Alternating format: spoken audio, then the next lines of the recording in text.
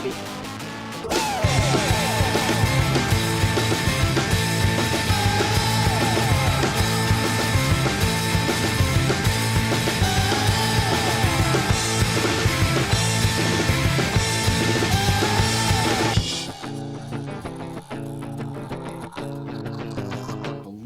I'm not 100% sure on this. No, I'm 100% sure on this. I know the guy who drew this. Really? Yeah, Gerald Tidwell.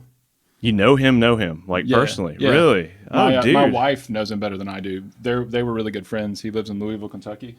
Dude, I got that skateboard as a Christmas gift. And, past couple of Christmases, obviously, we're not really doing gifts as much, just kind of getting together and hanging out. Yeah.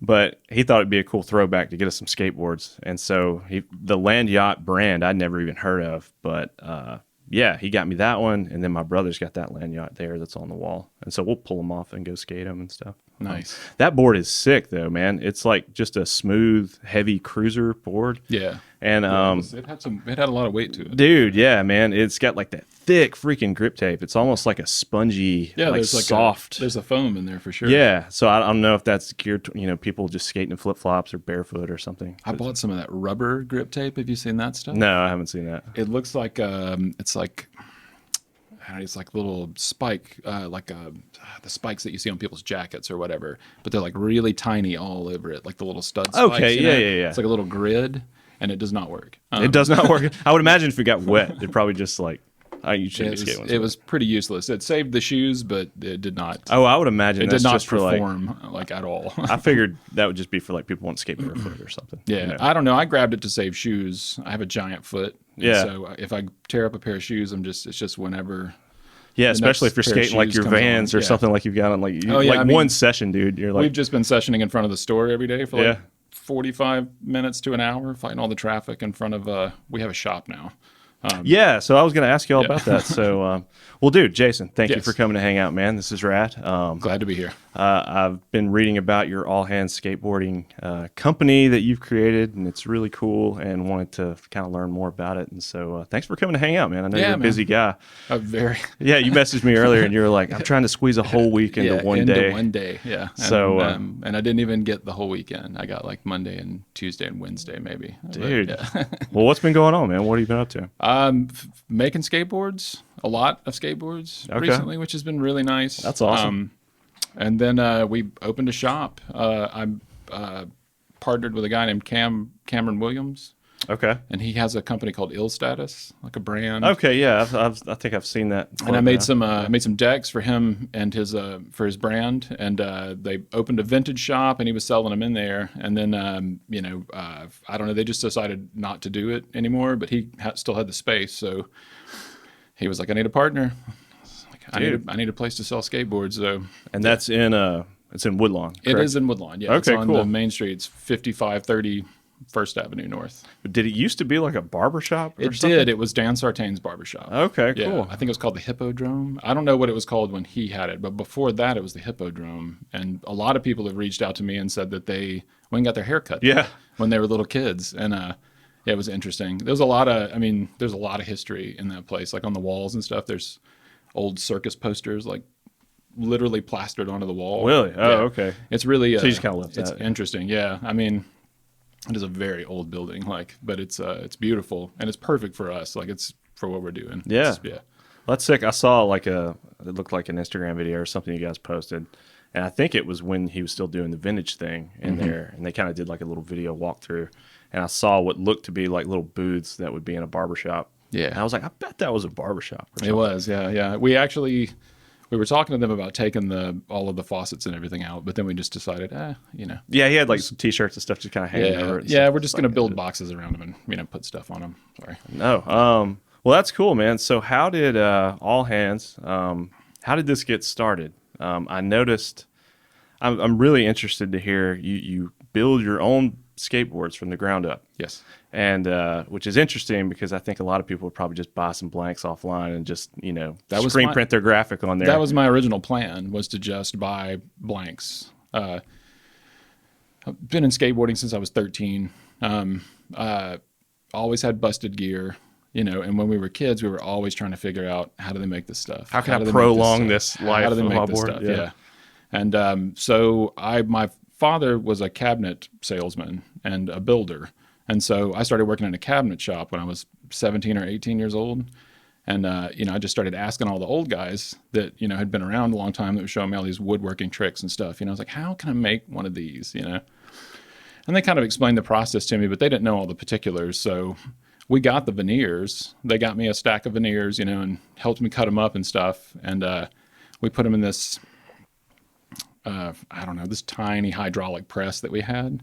And I mashed 2 identical skateboards basically to like mash the thing together. To get the mold. Yeah, to get the mold basically. But it's nowhere near enough pressure, like not even close. I'm talking, we were doing like 1,000 pounds of pressure and it needs to be like, 25,000 pounds of pressure. What? So took the board out, after a few hours or whatever, and we let it dry for days and days and days, and then cut a board out and then tried to skate it, and it broke immediately. Oh, dude. one ollie and pow, tail just exploded, and then a friend of mine focused it, just not even trying. Just put his foot down on it basically, and just pow. And so it was very frustrating. Oh, I'm sure, yeah, especially after all that work. That was the early 90s, mid 90s. So I was about to say, what year is this? Yeah, I'm 47. So it was, okay. It was a while ago. But the desire to learn how to do it was always there. The knowledge was like impossible to get a hold of because we don't live in California, and people, you could ask people and they'd be like, oh, I think they do it this way. I think they do it that way. Nobody ever really had a definitive answer, and it just got frustrating, and I quit, and I didn't try to do it again for 20 years. And my wife and I had lived in California for 3 years, and we moved back here, and I was like, I'm going to start a skateboard brand because I watched so many people out there do it, like a lot of people. And like you said, going to buy some blanks and screen print on them because I knew how to screen print. So I could not find wood that I liked. I was getting samples from places, and it just wasn't, it felt weird to me. And I don't know if that's how sample decks usually go or what, but I don't know. They just didn't feel right to me. Okay. And so, I was like, fuck it. Let's see if we can make these things. And, of course, modern day technology, YouTube, I was like, let's see if it's on YouTube. And bam, they were like 2 13-year-olds with a press in their garage making skateboards. And I was like, I can totally do that. So now it's just a matter of equipment, And then that was a 3-year process, just collecting all of the stuff so that I could actually turn out skateboards for a living. Because you can't just go and buy like a skateboard, or can you? Can you just go out and buy like a skate press? You can. There are a lot of companies that make hydraulic presses of all shapes and sizes. Yeah. And, you can get them to do press anything pretty much. And skateboards is one of the things that, you can find those. They're expensive. Like sure, yeah. 40, 50 grand. And gosh, are you serious? They're super heavy. They're all steel. Are they made for like mass production, or is this like people doing it in their... Yeah, see, and that's the other thing is I'm not doing mass production at all. At best, 100 decks a run. Okay. I think I've done one of those. And then everything else is like 50, 25. Sometimes it's just some homies who want 5. So it's... so you do small batch orders. So I do small batch orders. Yeah, I don't do singles just because that's a lot of work for one board. So much work. And then, there have been a few times where people wanted like small amounts with this like really like intricate artwork on it with like a lot of colors and stuff, and when you screen print, each color is it's a different screen, and so run into that a little bit, but we've been able to kind of manipulate the backgrounds and then just lay a few colors over the top of it to give the effect that it's a 4-color board when really it's just a 2-color board. Okay. Or maybe even a 1-color board. So that's been a lot of fun too, is like kind of figuring out the, not shortcuts, but just ways to not, to maximize and be like most efficient, I guess. Yeah, exactly. Yeah. I mean, if I can, hand paint a few boards, and plus that makes them all unique too, because that's not sick. Each one is exactly the same. I mean, it may be the same color, way, or whatever, but the little nuances. Yeah, it's going to be different. It's like a very unique board. And that's right now. That's how we're doing it. Each one is a unique board. Very few of them are just like. I mean, unless it's somebody who comes to me and is like, I want 10 of these. They get 10 of those. Dude, that's so cool, man. But Fright Skateboards actually saw the ones that I had done for Faith, where it was the old school Faith skull. Yeah, with the patterns. behind it. And like they the were older. They were like, we want that, and so I did some Fright boards, and it was just a black. I'm not familiar with Fright Skateboards. It's I don't remember his last name, but it's Josiah. He's from here, I believe.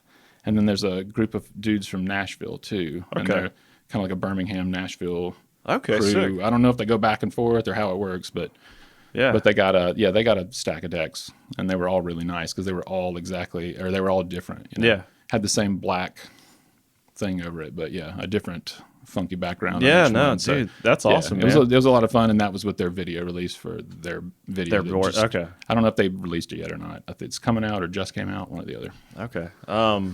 Yeah, I follow Jamie Thomas, and he does a lot of like stuff for Zero, where I guess he does his own screen printing and stuff, because he'll have little videos of him in the back, and he just does like a limited like couple hundred boards, and then he probably sells out like immediately. Yeah, exactly. I mean, he numbers them all and like autographs them and stuff. Yeah, it's like it's the smart way to do it. And I mean, I don't think it'll ever go totally that way, but I do see a lot of skateboarding shifting that way.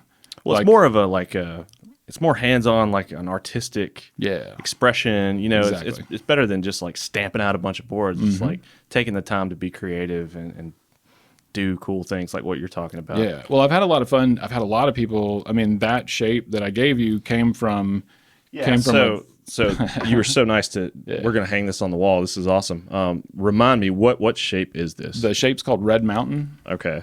And it looks like it's kind of got like a taper here. It's got a little cutaway here, like a stinger, like a Santa Cruz stinger. And I had a friend, the first deck that I ever custom made for somebody, he wanted those cutaways on it. And he wanted a really wide board. And when I started making them, at first I was doing them in those bags. Have you ever seen those vacuum bag things? Yeah. I did them in those just to make sure that I could do it. You know, I didn't want to spend thousands of dollars on stuff and then start pressing boards and every one of them warp or you know whatever. But mostly the inspiration came from that. And then this is that came from Nora. I can't say her last name. That skates for Welcome. Okay, Nora. I'm going to embarrass myself if I say her name wrong. Well, yeah, but it's off of her. It's off of her board. She had a board with a pointed nose, and I really like her style of skating. And dude, that's sick, man. Well, thank you. Yeah, you're very, very welcome. Yeah, I know a lot of dudes. Falling over. Like Andy Anderson, he's got like a really super custom board made, and I guess a lot of dudes are starting to kind of gravitate that way. I actually skated that shape last week. I took one out of we have a bin that's like damaged boards and like blemishes and things like that. And I took one out of there and gripped it up and rode it. And that's the first time I'd ever ridden it, and I really, really liked it. It was really nice. The tail's a little long, but the nose was nice and short. And with my big feet, that made flips like it does look like a little bit longer tail. Come off. What's the width on the widest part? I don't know on that one specifically because I made them all varying sizes. But that one's probably like a 9. It's a big board. Yeah, that's a big board. Yeah, I usually rode like an 8. And I think that back is like 8. So it's like a half. Okay, so that's good comparison. Half inch on the cutaway. That's big. So it's like an 8 to a 9, basically. Well, that's sick, man. Yeah. So walk me through the process. As someone that's I've ridden a lot of skateboards, and I kind of have a vague understanding of how they're made. Obviously, it's a bunch of layers pressed together in different shapes. But how are you doing this? Like when you go to make a board, what does that process look like? It starts with maple veneers. Maple veneers. Yeah. Can you use any other kind of wood? Do people use? Some people use birch, and not a lot of pine skateboards out there. Definitely. Well, see, there's the problem that the first skateboard I made was made out of like pine veneers, and it just like exploded basically. Just doesn't have the strength, I guess. No, it's a soft wood. Yeah. And maple is a very, very hard wood, and so you got to have 7 of those, and you got to have 2 cross plies in there, and the cross plies keep it from breaking. So all the grains run, along the length of ways, the board. Okay. So your top and your bottom, your next 2 layers are core layers, and then you have your cross grains that go like that. Okay. And that helps the board to bend as well when you press it into the mold. Because if if you have all of your lines going this way, when you go to press it, it wants to fight that shape. Exactly. Yeah. Okay. So that helps with that, and then that also helps with after it's cured, like keeps it from breaking, basically. So 7 layers, like the magic number, I guess. Or do you see any other? Yeah. Well, yeah. There's a whole lot of people that do 8s. Okay. Which is weird, but it's usually old school boards. And heavier it's like boards, I think it's like a weight thing. Yeah. And they're usually cut like those, like pool shapes, these like kind of odd shapes or whatever. And they have like several different places where you can put your trucks to adjust your wheelbase on the deck. And then there's one guy, Penswood in Pennsylvania. He was doing some crazy stuff where he had, I think it was a 12-ply board. A 12-ply board. But it was just the plies the 12 plies were down the core, the center of the board. Okay. And then he had made it to where only like 5 or something like that of the plies like met together on the edges. And it like eliminated like half the weight of the deck. So it made the deck like But was lighter. it really thick in the middle? It's like have a weird... It is thick in the middle, and you know he never reported back on how those turned out or anything. I broke it the next day, but don't worry about that. It was an amazing concept though. He literally in like one pressing, he took away like half the weight of a board, and you know if he could figure out a way to make that work, that'd be awesome. You know, because it's also a thinner board, so it like, you know, I could imagine that it would, you know, you'd be able to manipulate it better because it was lighter weight. You know. Yeah, I heard about I listened to a podcast with Tony Hawk, and one of the questions he was asked was like, why don't they make skateboards out of other materials and stuff like that? And he kind of went on to explain that they've tried, and he kind of went back to sort of just like the weight thing, you know, like you could probably get like a stronger material like, you know, fiberglass or something like that, but I couldn't imagine skating like a super light board. Like, how would that affect like your skating? And you know, you've kind of developed these tricks around a certain weight of your board, and so maybe there's some part of skateboarding that's just holding on to that. Yeah, sticking with the wood. Yeah, it would be weird. That would be weird. But you were saying that presses are incredibly expensive. Yeah. So how did you get a press, or what did you do? The internet. Okay. The magic of the internet. There's a place called DIY Skate. And they had plans for a steel press. And okay, so you had to build your own, basically. I did, yeah. I had to go buy the steel and figure out that you can't use a hand drill to drill through steel plate. Like you need a press and you need oil and all. So that was a learning. How do I work with steel? And exactly. Well, that's the other thing is like each step of this has been like there's a few steps for that step. A whole new process. Yeah, it's like, oh crap. Okay, so I got to do, I got to do this now, and I got to learn how to do this now. But anyway, I built a press, and then I figured out that you could pour concrete molds. Which that had never crossed my mind, but everything I kept seeing was pour concrete molds. So I made, I'd been doing them in the bags for a little while, and they were strong enough. I had been skating them, giving them away to people, just letting them destroy them. And so to go back, when you're doing them in the bags, you're putting them in a bag. It's the exact same process. You're just using a one-side mold that's made out of super dense styrofoam, like the pink, like soundproofing styrofoam stuff. Okay. And you just put all 7 layers glued together in the bag. With the styrofoam in the bag. The styrofoam's on the bottom, the layers go on the top, glued together, and then you just suck all the air out of the bag and it pulls it down over. So that just mold. Like compresses it. Yeah. Okay. And then you do the rest with a hand pump, and it like really like pulls everything down to the mold. Leave it in for 3 hours, take it out, put it on the wall for a week, and it's good to go. Okay. And you can cut it. Yeah. But those boards were obviously not as strong as they could be. Oh, definitely not. No. Okay. It was the absolute bare minimum to be able to skate it for the actual, like, to get as much glue out of it as that thing could. So that's all you're trying to do, is squeeze all that excess glue. Yeah, you just want to get as much of that out of there as humanly possible. And with the press that I built, the concrete worked really well. That was really nice. But then a buddy of mine, Oliver, who has Nashville laser engraving as a thing that he does. Okay. He knew the guys at Low Budget in Nashville, the company Low Budget, and they had a set of presses, and they needed to get rid of them. Their garage had gotten torn down, and they were like, "We got to get these things out of here." So they were like another small company or skateboard. Yeah, I think they had gone from, they bought the presses and a bunch of wood off of somebody, and they were trying to do them themselves, and then I think they were just kind of like, fuck it, we'll get them from Drifter, and they got them from Drifter in Atlanta. He's another skateboard maker, but he's like mass production now. Yeah, like he cranks it out.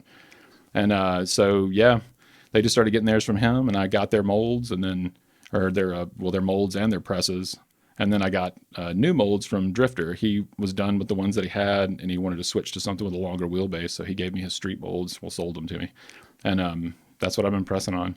Dude, that's awesome. Yeah, man. And it's kind of like my brother. He does screen printing. If he'd probably talk your ear off. He's not with us today. But he went to Atlanta, I think, and they just basically they've got a shop that they just opened, and to do their screen printing, they went to Atlanta and just bought out another shop. Right on. So have like a giant, like I think it's a 5-arm press that has all the different screens and stuff. Yeah. And the first time he printed this shirt actually. And he was like, dude, this is a game changer, because he built his first press like just in the garage. That's what I did, yeah. Oh, really? Yeah. And he was like, man, having like a professional press is like just so much better than anything I could have ever built with, videos off YouTube and parts from Home Depot. Yeah. So, Well, that's the hurdle that I had to finally get over I can build all this stuff myself, but I can also like find it. If I look long enough, someone's going to have presses, someone's going to have molds, So it's just been a waiting game on a lot of it. so how long were you pressing with the one that you built before you found the presses you bought? Not long at all. Oh, okay. Like almost like it was yeah. It's like, great. I don't know why I built this. It was perfect. Yeah. So I just dismantled it and piled it up in the corner. Okay. And then I'm just using these now. It's just, they're as close to professional as you can get with just using hand jacks too. That's the other thing. Like I don't have the hydraulic air over oil jacks or whatever. I haven't gotten into that yet, but eventually. Well, what does that give you in benefit? It's basically, you can just flip the switch and it does it, Instead of having to just sit there. Yeah, it does all the work because you're like, like I have these 20-ton jacks in the presses. And so, it takes a minute. It takes like 2 or 3 minutes to get that whole thing like squished down. And then you got to. Do you have like a gauge or something that's telling you how much PSI? Oddly, I don't.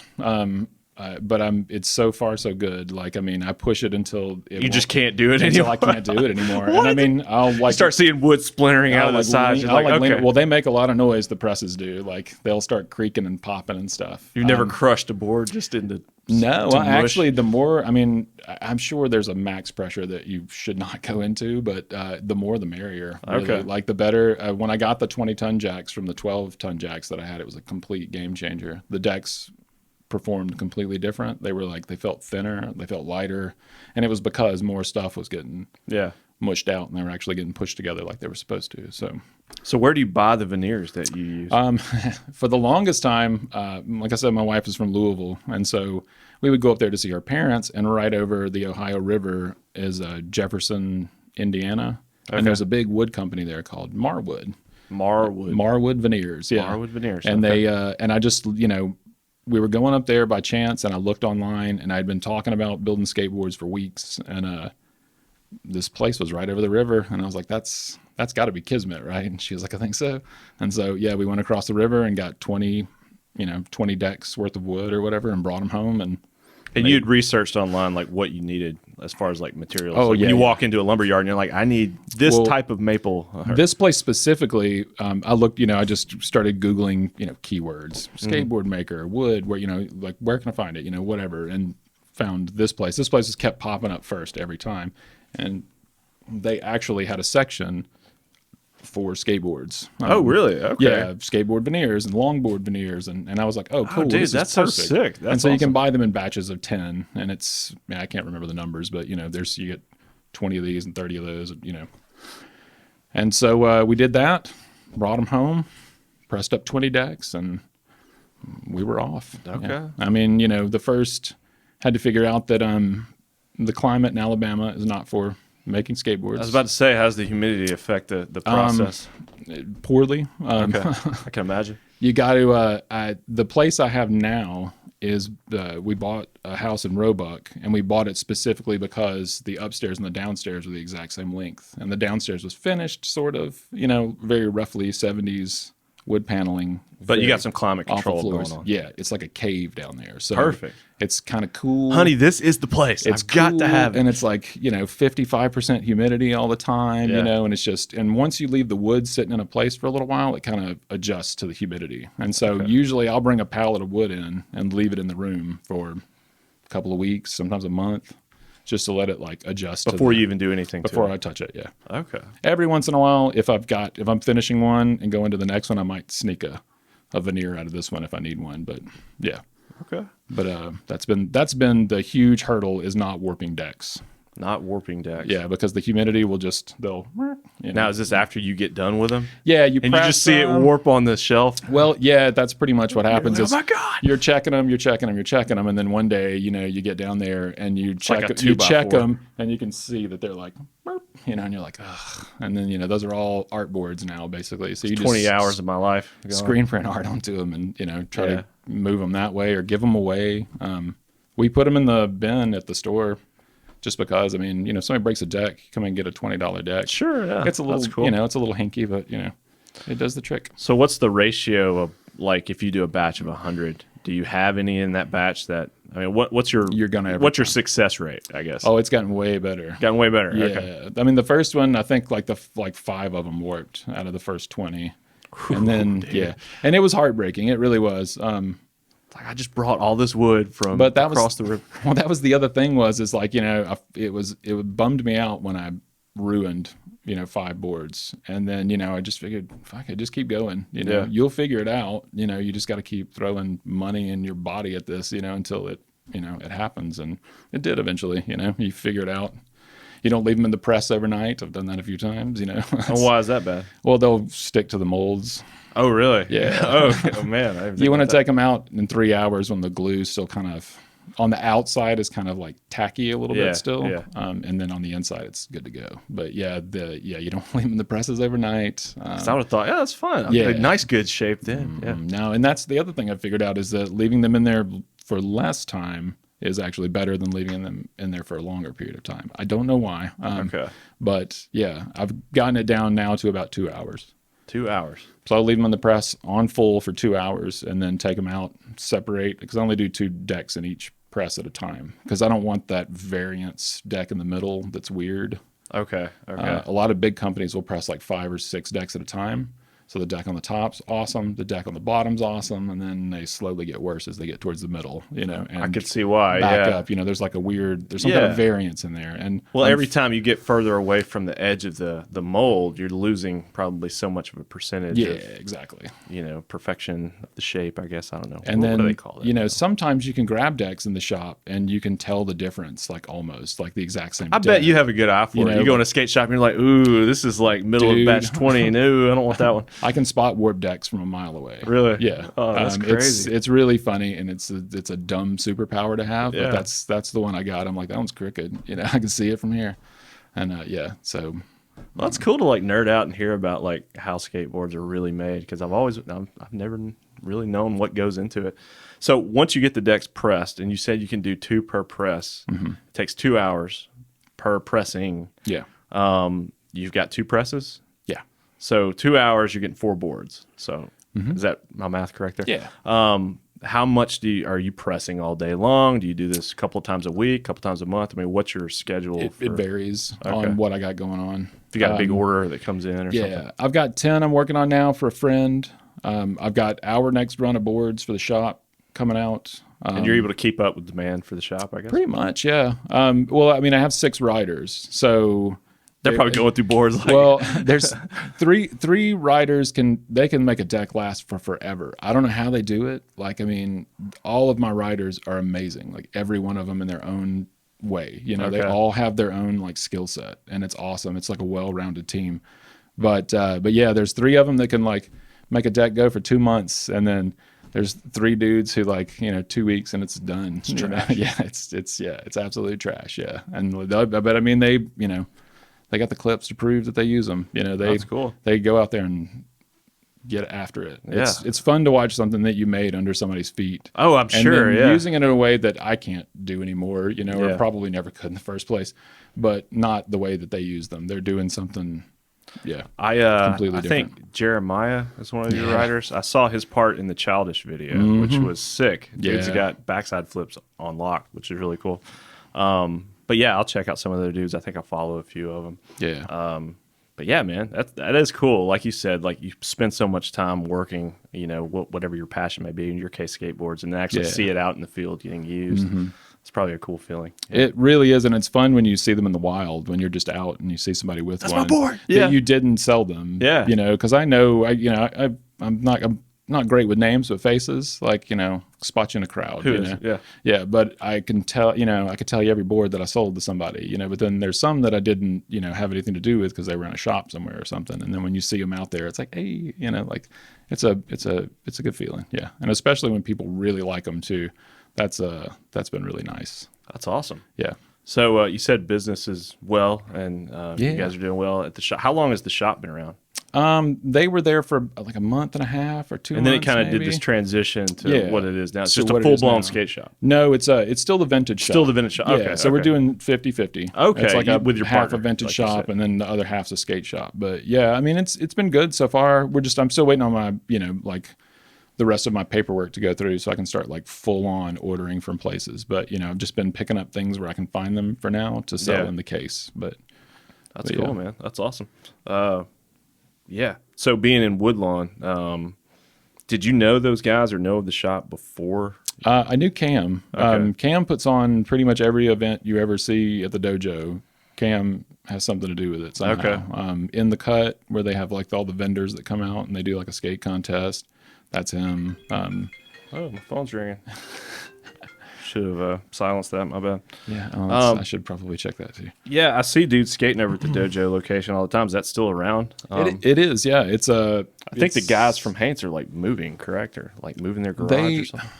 I don't. I never really knew where the first Haints place was. I think it was across the street from the dojo, like sort of diagonally. And now they're like down at the end of the street. But I think they're moving out of that too. But I'm not. Okay. I'm not 100% sure. I don't really know a lot of those guys. So. Yeah, I don't hang out over there as much. I know a couple of them by way of other friends of ours. But yeah, I see the little DIY spot that you guys have over there is doing pretty well, I guess. yeah. The dojo spot, and then Cam and I are actually working on a thing called Skate Woodlawn. Okay. And we are trying to get the Willowwood Park around the corner from us. It's a community center to let us do skate jams on the tennis court. Okay. Like, This isn't the same tennis court I see dudes skating where you guys have actually made some stuff. that one got gone.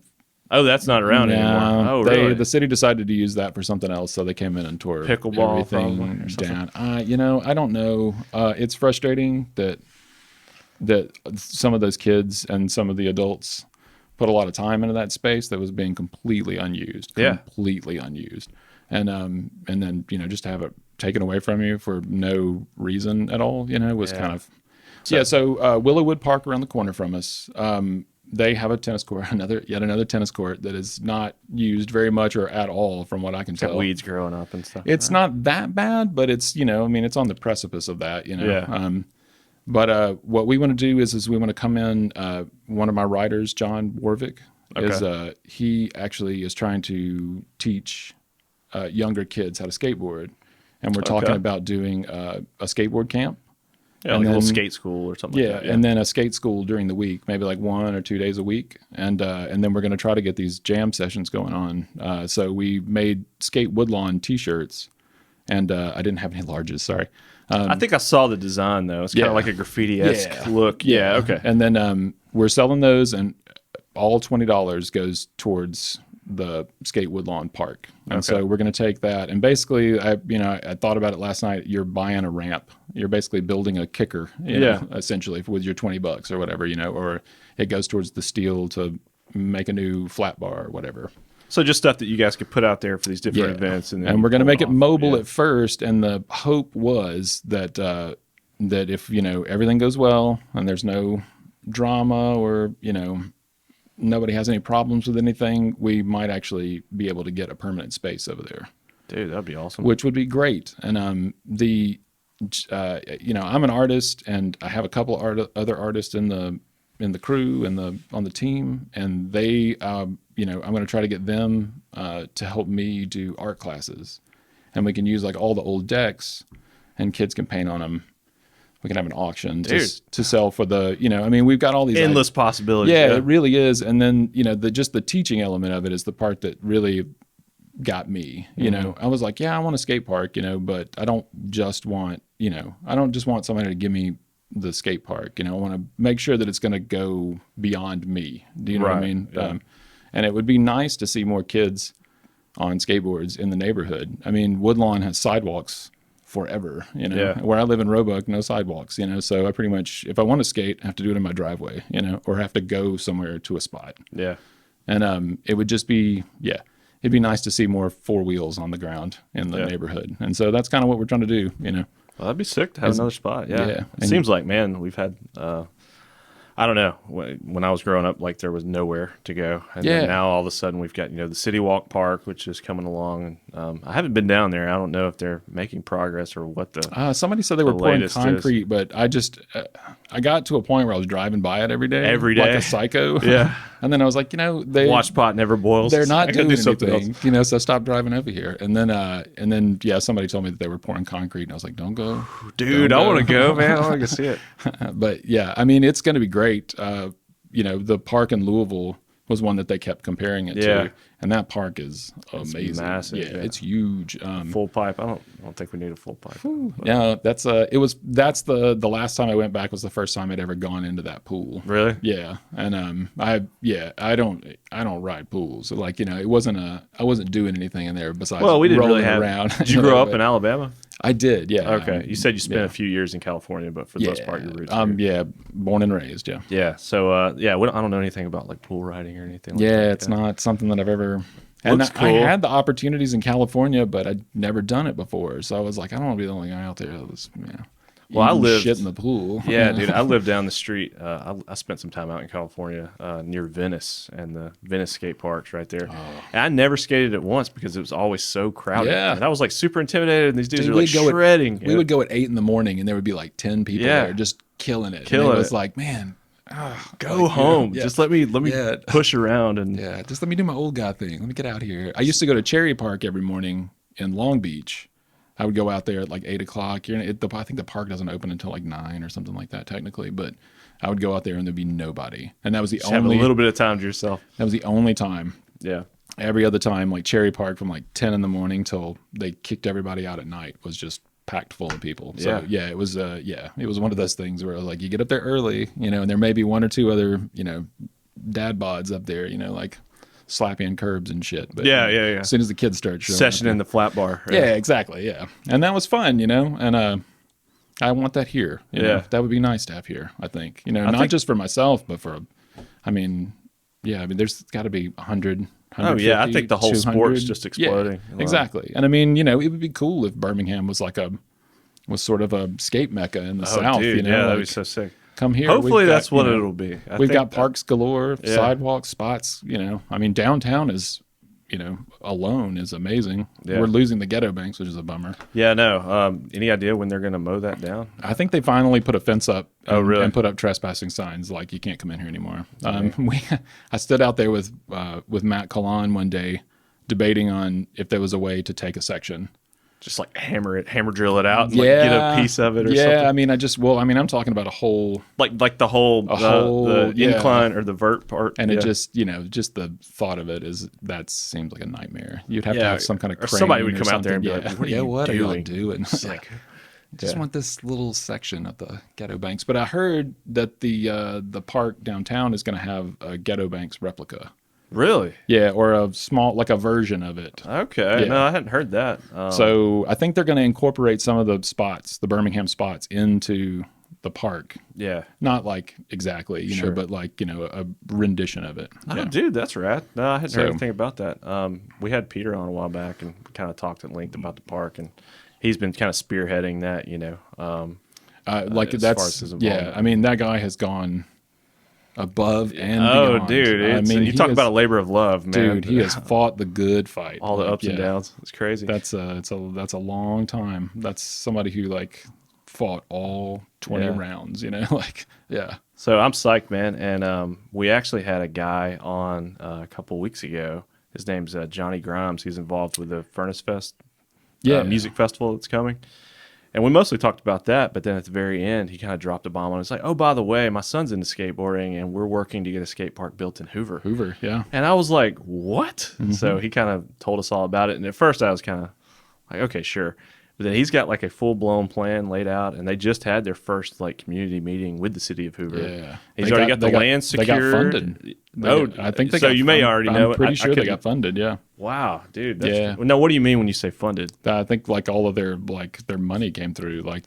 They're definitely the money that they wanted, I guess, or whatever. Their budget got met, or I don't know how all that stuff works yet. I don't either. Hopefully, I'm about to find out. But for right now, it's It's the last I heard about it, he said that they had secured the land with the city of Hoover, but Hoover was basically like, okay, but you got to find a way to pay for the actual park that's going to be built then there. Maybe they found some private funding or something. I don't know. Maybe. But there's something I heard they got funded was all I heard. I don't know what that means exactly. Okay. But I just assumed that meant someone gave them money and was like, build a skate Here park. you go. Yeah. Well, so, maybe it's that easy. Oh my gosh. If that's all it takes. Peter had to fight 20 years, and Johnny's exactly. like, I'll just build the skate park. No big deal.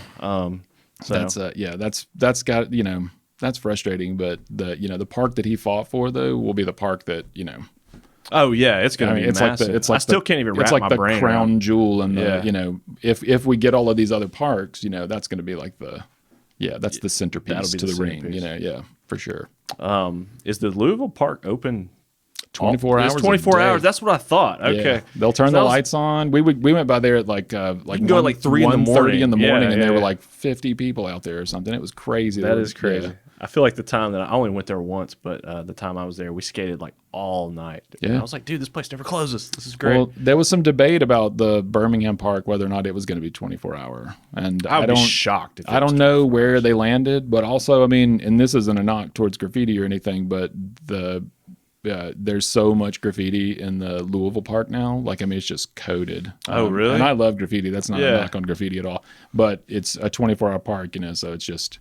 But, I mean, some of it's really good, okay. So, you kind of run into that situation where you've got, I guess what cock and balls drawn everywhere. Sure, and then a really nice, picturesque, piece, How do you police that? I don't know. Exactly. I mean, it's, and then I don't know how you clean that up either, I mean, I'm sure that much graffiti is probably impossible to get out. But yeah, anyway, hopefully, I hope they build something down there so that people can paint on the walls. Yeah. Not to take away from people painting on the ramps and stuff. That would also be awesome, because some of the best parks I skated in California just covered in graffiti, So, but yeah, I hope they do build like a space that people can.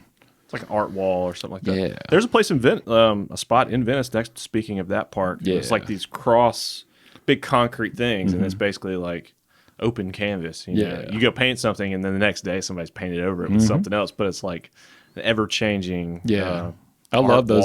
The Venice beach walls are awesome. Yeah, and they, I think they had it for a little while where you had to like ask for permission, and your piece got to stay up for a week, and then the next group of folks that had asked for permission. Yeah, that's a cool way to do it. At least to give them a little time. It doesn't always go down that way, But that area right there used to be called the Pit, and it's that famous spot that you see in like all of the old skateboard movies, where there's all those weird concrete picnic tables and this big open space and graffiti everywhere, and and an old skate videos had it in there a lot. But yeah, the Pit was there, and when we moved to California, I was so excited to go to Venice Beach, and I really thought that I was going to get to see the Pit, and I got there and it was gone. It had been gone for like 5 years, and I just had no idea. But yeah, it was a bummer. I wanted to see that really bad. That was like a little chunk of my childhood, watching like Thrashin' and all of those movies where they were.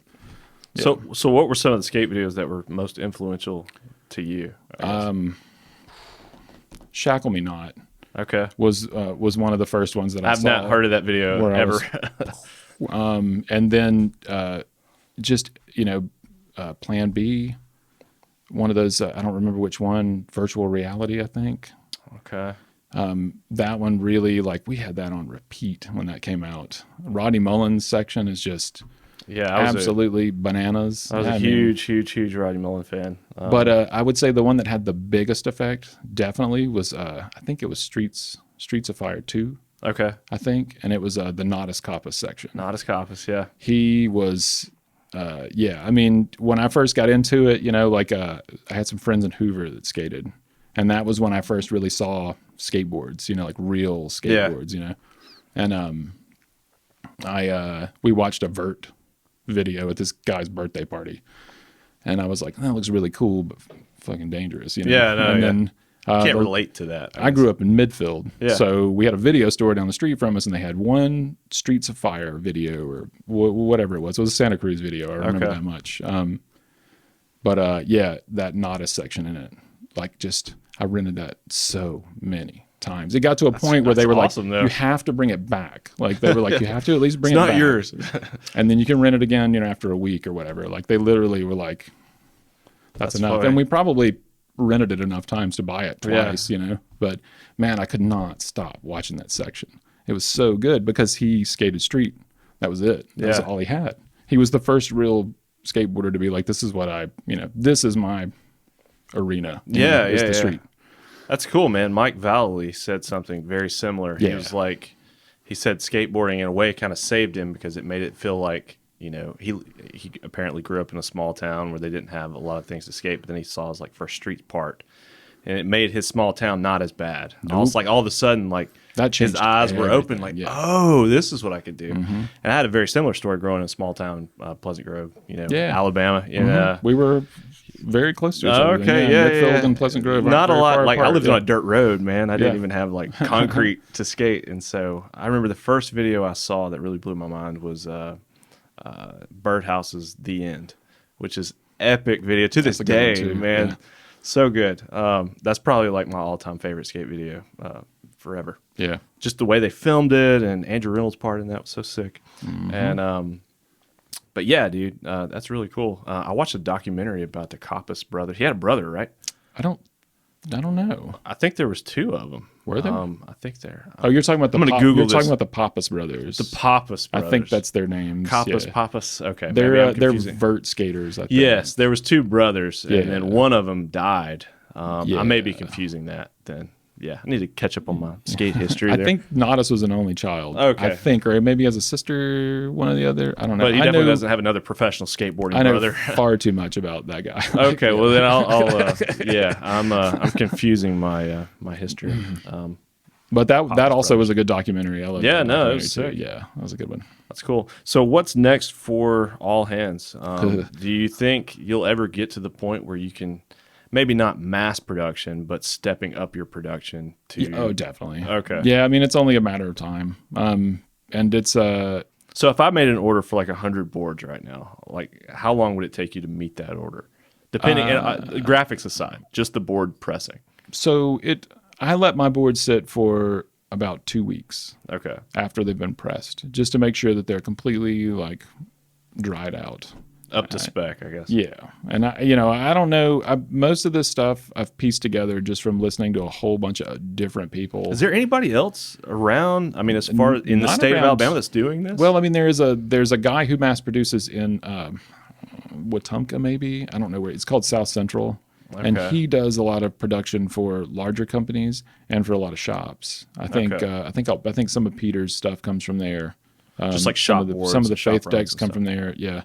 But then Support he also local. That's cool. He does do larger companies though. And then I think during the pandemic, and this is just all speculation, but I think a lot of the smaller wood shops that were kind of on the precipice of being, mass production shops kind of got some business during the pandemic, because I think a few of the wood shops actually had problems getting boards out. So some of these larger companies turned to some of these smaller production companies, and help them grow into something new. And so I feel like I keep seeing more and more production houses opening up, more wood shops opening up, as opposed to it just being like the big five or whatever. There's like, every time I get on Instagram, I get an ad for one, and it's some the algorithm's got you dialed in. Somebody in Nevada, or, somebody in Omaha or whatever. There's always a new one, a new wood shop popping up. So that alone goes to show you that skateboarding is definitely on the rise, I think,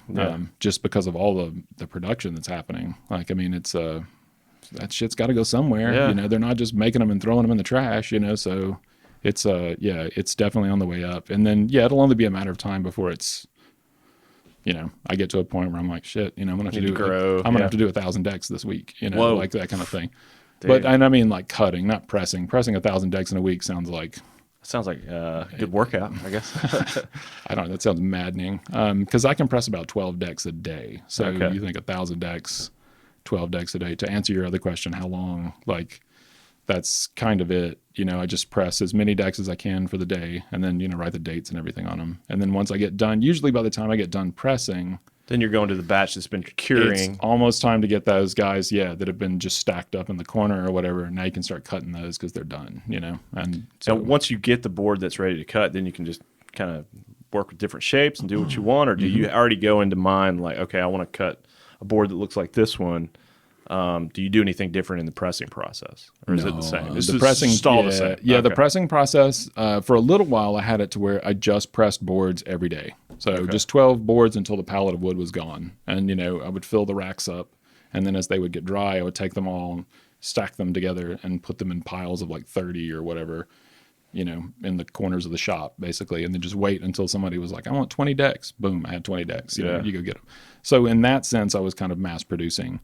But then with the shop opening up and then other things that we're working on, I'm trying to learn how to make trucks. Okay, I did see a picture with an All Hands logo on the truck. Yeah. I didn't know. I was like, are you making trucks, or are you just buying trucks and stamping your So there's definitely definitely nobody that does that. I would imagine why. It's like, when you say you're trying to make trucks, what do you mean? It's like, I mean, I'm going to try to produce trucks. You're going to mold the trucks? Yeah. Like I watched forging your own metal. There's a guy. That sounds so hard. There's a guy named Chris at Good Roads is his Instagram handle. Chris I at Good Roads. I believe so. And I don't know what his background is, but it's obviously some type of engineering, either that or he's just very interested in engineering. But he did a thing where he was like, oh, I'm going to see if I can make my own deck, like a YouTube video or whatever.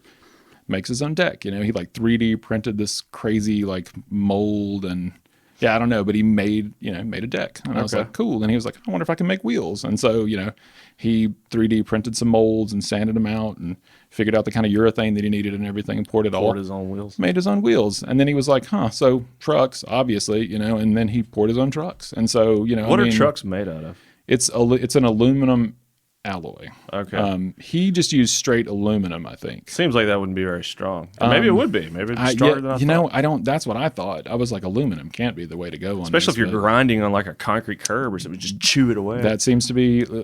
I know a lot lot about I know nothing about metallurgy or working with. But that's not stopping like that. Yeah. No, man, I'm going to go for it. Okay. That's sick. That's the thing I learned from this was I gave up the first time. I tried it once or twice and I was like, fuck it. That's never going to work. And then I just went and did.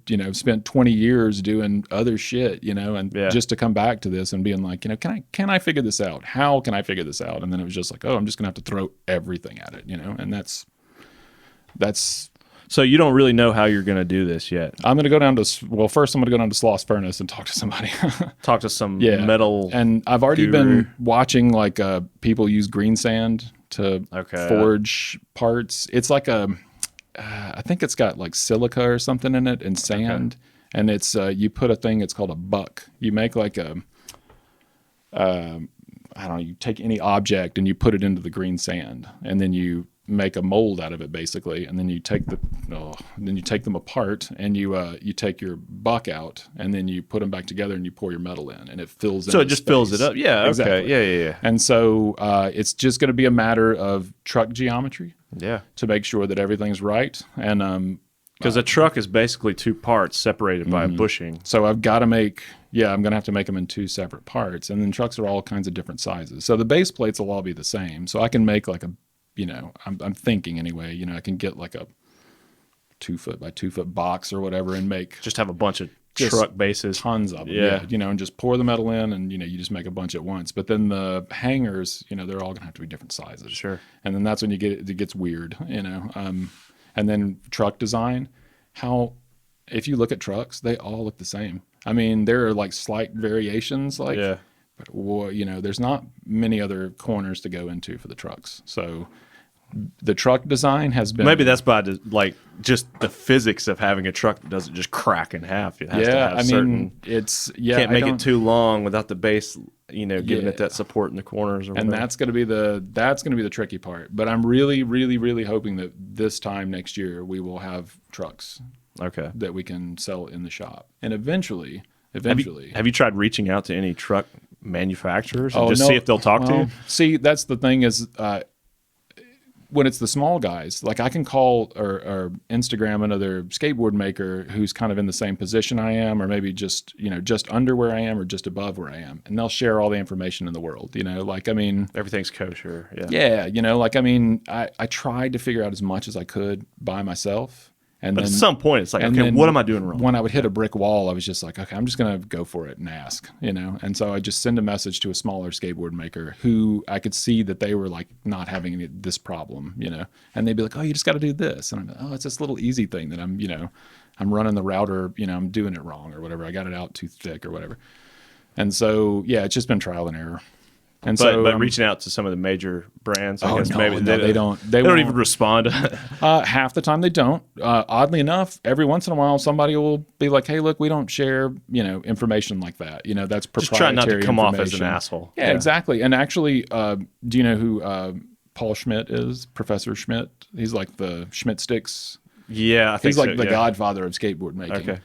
I reached out to him. I was like, oh, fuck it. You know, I was like trying to find this thing that he I might answer. find. Yeah. And I was like, man, just roll the dice, man. You know, and I sent him a message and he sent one back immediately. And he was like, look, I don't share my vendors with anybody. Like, so he was like, but I can tell you what that product's called and then that'll make it easier for you to find it. Okay. And he totally did. Like, you know, and that's respectable. That's cool. So, you know, every once in a while I'll reach out and sometimes he answers, sometimes he doesn't. But, you know, Drifter, Ryan in Atlanta at Drifter has been a godsend. Like that guy pretty much always answers and he always gives up information. In the beginning, it was hard to get it out of some people. But once they realize that you're, you know, this isn't some goof around or whatever, you know. Like you're legit, man. You're passionate about this. You want to do this. I'm really trying to make this happen, you know, or work or whatever, you know, whatever this is. And, and so... Yeah, Ryan's always been, Ryan at Drifter. Ryan at Drifter. Shout out, Ryan. Should really check out his stuff. It's also very cool. He just opened up a new shop as well. But yeah, he moved, his shop was also in the basement of his house, much like mine. So we were kind of, I mean, we're running. He's like, I know. We're running on the same path. We're just like 10 years apart. You know? I gotcha. Like he's like, I mean, he's got like this giant, I don't know how he had that thing hooked up in his house, but he's got one of those massive presses that has like 4 molds on it and presses like, you know, 10 boards at a time or whatever it is, you know, 8 boards at a time. And he had like 2 or 3 of those, you know, in his basement, you know, and it's just like, when I went to pick up the molds, I was like, oh my God, it was like being in Wonka land, you know? It was he was like, I'm really in a hurry. I was like, can I just walk around for a minute? And he's like, no, you don't understand. I'm geeking out on this. He was like, yeah, come on real quick. You know, and we ran back in the shop and he's like, this is where I do that. And that's where I do this. And it was really cool to see. That kind of gave me a goal to work towards, you know. And so eventually, I'm sure we'll be cranking them out. But for now, it's just, you know, we're riding, having fun, and trying to, just make cool looking skateboards. Yeah, well, dude, they're rad, man. I've looked at some of your designs. We've got your Instagram pulled up, and man, it's like all the cool stuff. You can see it behind you here on this TV. Yeah. So not to. I'm just going to nerd out some more. When it comes off the press, what does the process of cutting it and drilling it and stuff look like? Do you have something you put it in that routes it? Or are you doing that by hand? You just got a jigsaw? I mean, what are you doing? So the cutting process has gone from a jigsaw to... You were just jigging. Yeah. Mm-hmm. And I had I can imagine the differences in all the boards. I was ruining jigsaws like left and right because I was making as many as I could, you know. Like, I mean, I was really trying to like figure this thing out. So I was just burning through jigsaws, like burning through blades and motors. Yeah. And so finally I was just like, you know, we got to fix this. And so I started watching other people, how they make them, and bandsaw.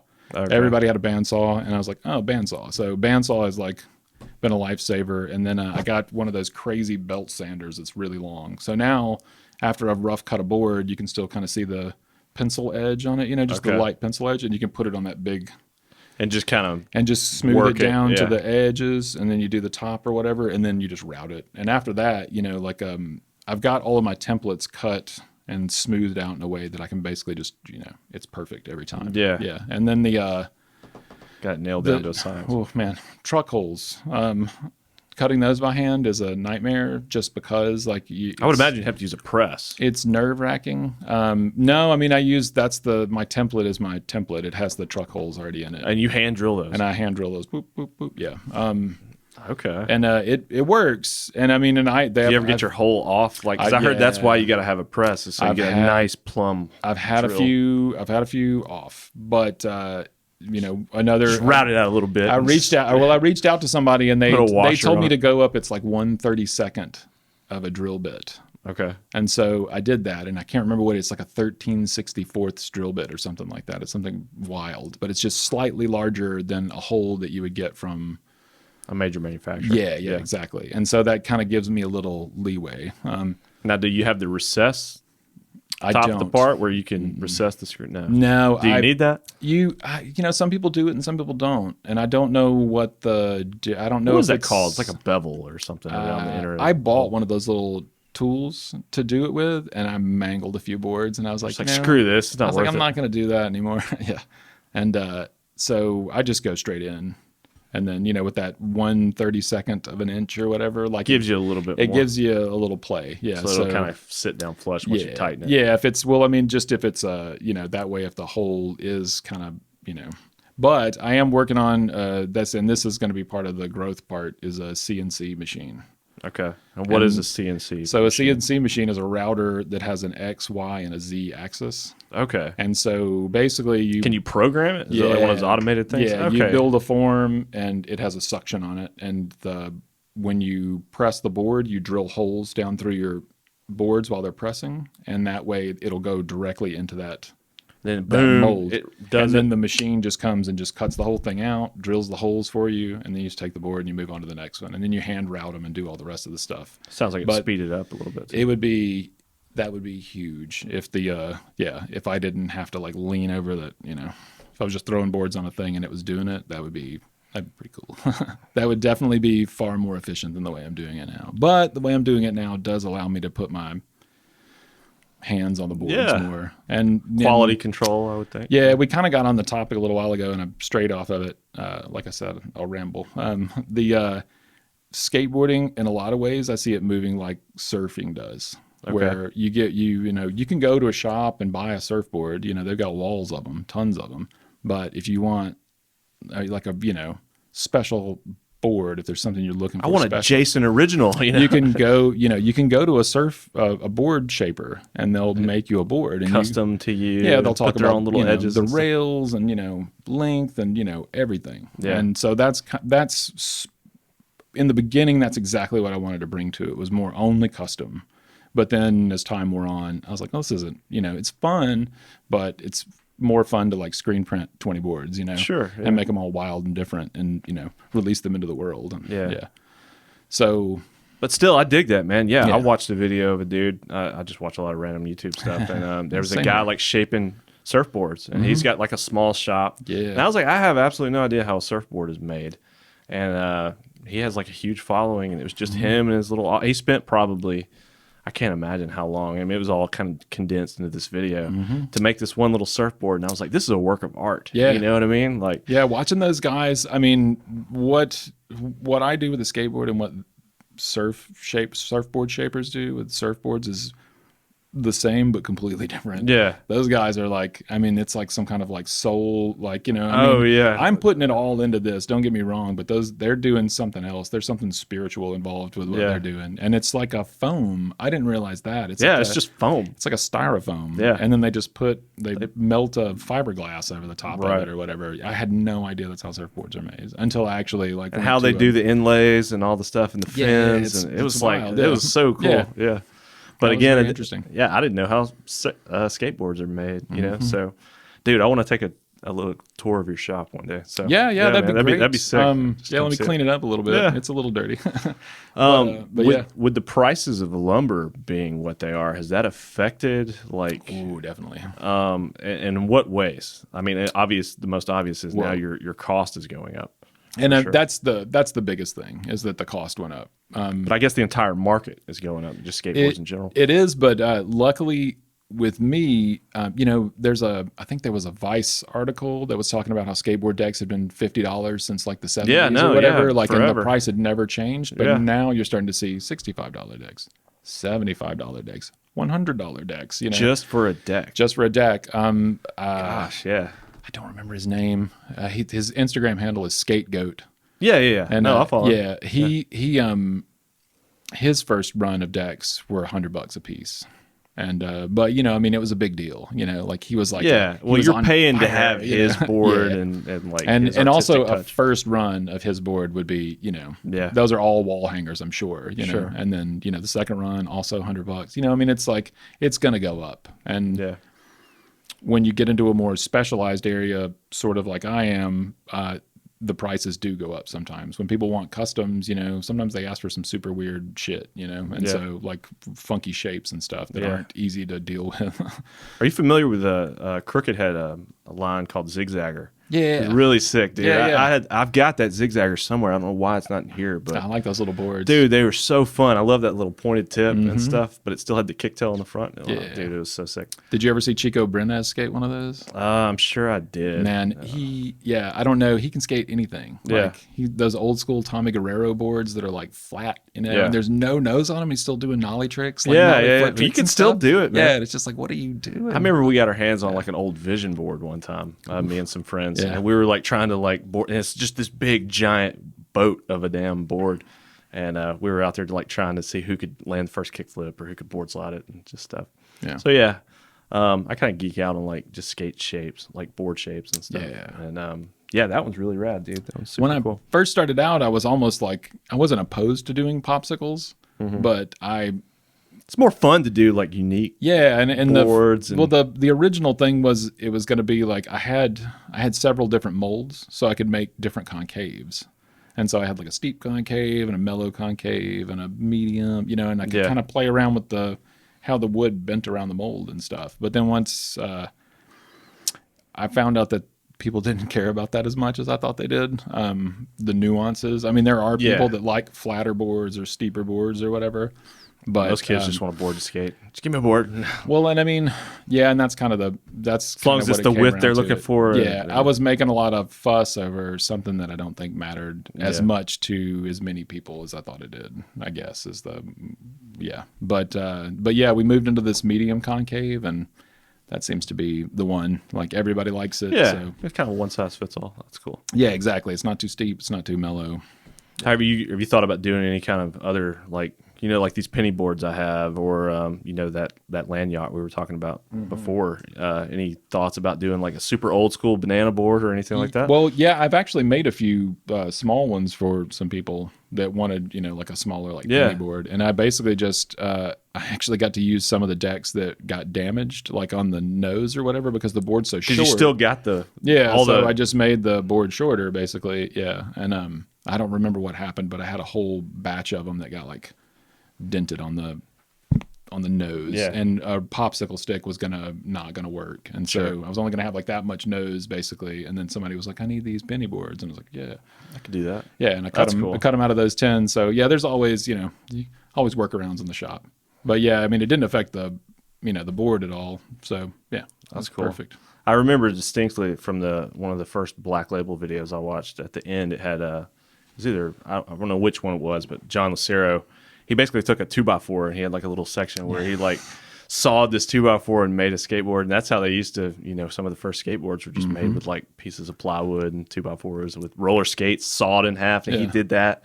He had the roller skate on the vise and like sawed it in half and screwed it all together. And I was like, dude, that is so sick. Yeah. Just to have something like that on the wall. I was listening to a podcast that had Tony Hawk on it, and he said that that they don't really know where the first skateboard was actually. Really? Like, there's a lot of like, I mean, there's a lot of, it's one of those old stories, where there's a lot of different, no, this person did it first, that person did it first, but there's no actual like one person that you can hone in on as definitively did it. Yeah.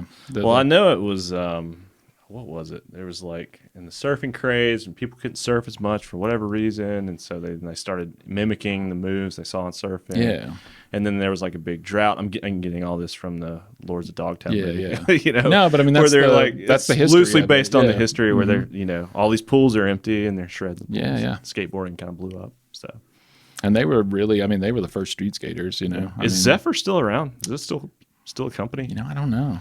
I know that'd be cool to have a Zephyr board. Dogtown is still around, and Santa Monica Airlines is actually still around. But I don't know if Zephyr is still a company. Still a thing. Yeah. I don't know. I have to Google that. It'd be cool. Yeah, I don't know about that one. So cool, man. So where can people find your boards right now if they want to go out and buy one? Right now, I'm working on a website, trying to get everything to work right before I put it out, because that's like the death of a website. If it doesn't work right, people don't return. Oh my God, I'm never going back again.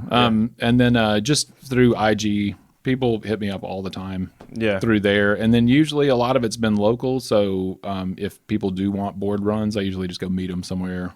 I do sell samples. That's cool that of the decks. Yeah. And then when I can, I will bring people to the shop to like show them where their boards are made. Yeah. It hasn't been really easy lately. Sure. Oh man, I can't imagine with all the things pandemic you have going on. stuff, and then just all the work, and the shop is constantly like in a state of flux, basically, because I'm always moving something around. I'm thinking of something new to do. But anyway, we have them at the shop at the Wood in Woodlawn at 5530 First Avenue North. And then First State Skate Supply in Delaware still has a few. In Delaware, really? Yeah. Wow. I started following. Like, how does that connection come up? Well, it's a little bit of a story, but I'll try to make it as short as humanly possible. I worked for Whole Foods for 13 years. Okay. Not to, if we need to cut that out, we can. No. I like Whole Foods. We'll call it Complete Foods if we need to.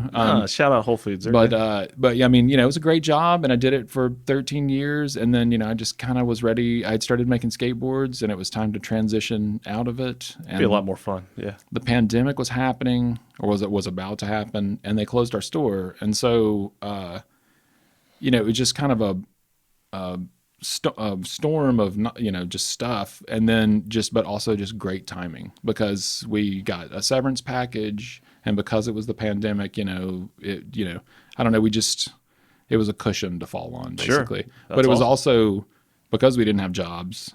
It was and a small fraction of money. It was time to like lean into. It's now or never. I mean, yeah, exactly. Yeah. It was like, once we realized that this wasn't just going to be a couple of months, that we were going to be in the house for a year, I was like, just start grinding, just start making as many as I can, And so that became the focus, and that worked out. And how did that bridge with Delaware? Oh, sorry. Yeah. I was going to start a skate shop is what I had decided. Okay. But it was going to be a mobile skate shop because, there was faith. Right. And at the time there weren't the other skate shops that have kind of popped up in the last year and a half or whatever.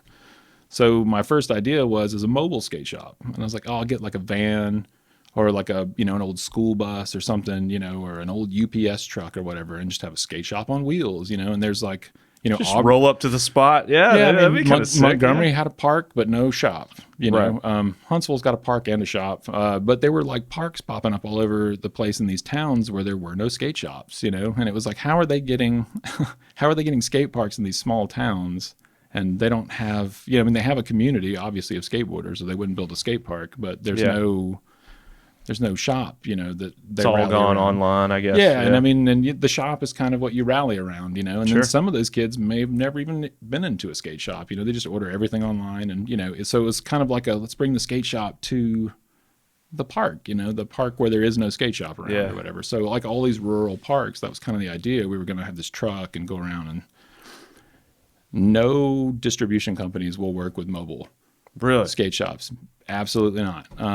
I think if you go through like one of the third-party distributors that carries everybody's stuff, they'll sell to a mobile shop. But the big ones, Deluxe and those guys, no mobile shops. Any particular reason? Why? Or they just don't think you'll be able to do the volume? It's not worth their time? I don't know. There's like a lot of brand jargon that was kind of thrown back at me. It almost felt like a robot letter or whatever, where they were like, "Oh, thank you for your interest," and and we currently don't do that, and so that was kind of a bummer because I'd really for some reason I'd gotten my hopes up about this like mobile skate shop and how cool this is going to be, and then I looked it up and there was one in Delaware, and so I reached out to him and started talking to him about how did you do this, and he had a shop hookup. He used to own a shop or work at a shop or something, and so that kind of bridged the gap. He still had bit. Accounts and could get stuff. I guess. I mean, I guess that's the way he did it. I don't want to speak for him because I'm not sure. Maybe he kept the whole mobile thing on the DL. And I think that may have been part of it. Was just kind of keeping it on the down low for a little while. But because I was starting from scratch with no shop, I couldn't get anybody to talk to me at all. And so it finally boiled down to I can either just produce decks all the time and just sell them online, and any shop that'll take them. In Delaware bought some, which okay. was very, very nice. They're like, yeah, send us some of your boards. That's cool. Yeah. He reached out, and Pete helped me ship them and everything. It was like a group effort, and we got those boards to Delaware. And dude, that's so sick. He's sold a few, and there were some of the radder boards because they had like photographs. I had done these photograph things on the bottom of them. Figured out that form of getting the graphic onto the deck is not the best because it just rips right off after you bar slide it. But they do look cool. I know what you're talking about. It looks so cool. sick. Yeah, I was really all. I meant to ask about that earlier, like how you did that. I was like, that looks like a photograph, and it just glued to the bottom of the board, basically. Pretty much is. It's a water slide decal. Yeah. There was a guy in England who was doing that. He was getting these cool like photos on the bottoms of boards, and I reached out to him and I was like, "How are you doing that?" He was like, water slide. I was like, water slide? And I looked it up, and I was like, oh, I could print those in my inkjet printer. And sure enough, got some, printed them, and you just dip them in water, and then after they're in there for a minute, you just take them and you go whoop, and they just slide right off onto the board. And then you just kind of straighten it out and let it dry, and it's a graphic. Sweet. And you're supposed to bake them on, but I didn't feel comfortable. Throwing your skateboard in the oven? Yeah, sure. And plus it wouldn't fit. Look, I'm not going to lie. I did go over Let's keep the door open. Over to the oven, and I was like, no. That's not. That's silly. That's funny, man. But it made really cool looking boards. They just didn't. The graphics didn't last. Yeah. But it was. That's cool, man. Well, I know another place people can find your boards are going to be at the upcoming punk rock flea market. Oh yeah, I think it's coming up. I keep forgetting. Yes. When is that actually? I don't think I've ever been to one. It seems like every time they do it, we're always busy. It's usually at like Cahaba. It's in October. Okay. It's at Cahaba. It's either the 13th or the 16th. I should really know this because I'm one of the sponsors. Yeah. But I believe it's the 13th. October the 13th sounds right. But you know what? But it's basically just for those that don't know, it's just a big quote unquote flea market where it's different a giant cool DIY flea market. Yeah. It's people making jewelry and just it's screen printers. There was everything there the last time. Pre-pandemic, that was the first one we had done, and we brought.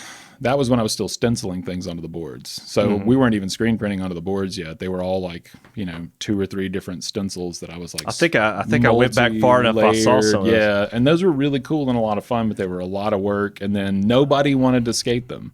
Really? Everybody hung them on the wall. Yeah. They were, I was like, pretty, man. I was like, are you going to, people would buy one and that was a hurdle that I had to get over too, was like, they paid their money. Like whatever they do with it after that is their business. You know, that's none of yours. But I was always pushing people to skate them. I was like, tag me in your videos, man. I want to see these out in the wild. Are you going to ride this? And they would be like, oh no, this is going on the wall. Like it's just like.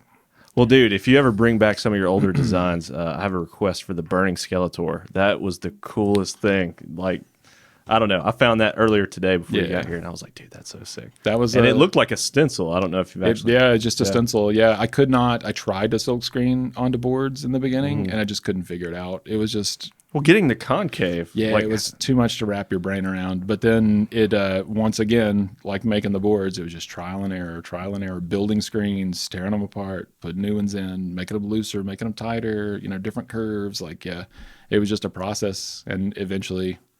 Boom, landed on it. October 17th. 17th. Well, you were right there in the middle. Man, I was close. I said 16th, right, on the last one. They would have been there a day early. Yeah. Something, I don't know. But yeah, the 17th. And yeah, I'm a sponsor this year. So what does that mean exactly? It definitely means a bigger space. Okay. But also, I'm just trying to promote it as much as humanly possible. Okay. Although I know I just dropped the ball here. I'm just trying to promote it as much as possible, and then we will have like a larger booth this year because and it's we're gonna try to go all out for it, and make laser light it a show, fun thing, smoke and fog and all that. Yeah, sure, why not? Sure. Yeah, cool. Yeah, well, that's all. I guess you guys play. It's gonna be great.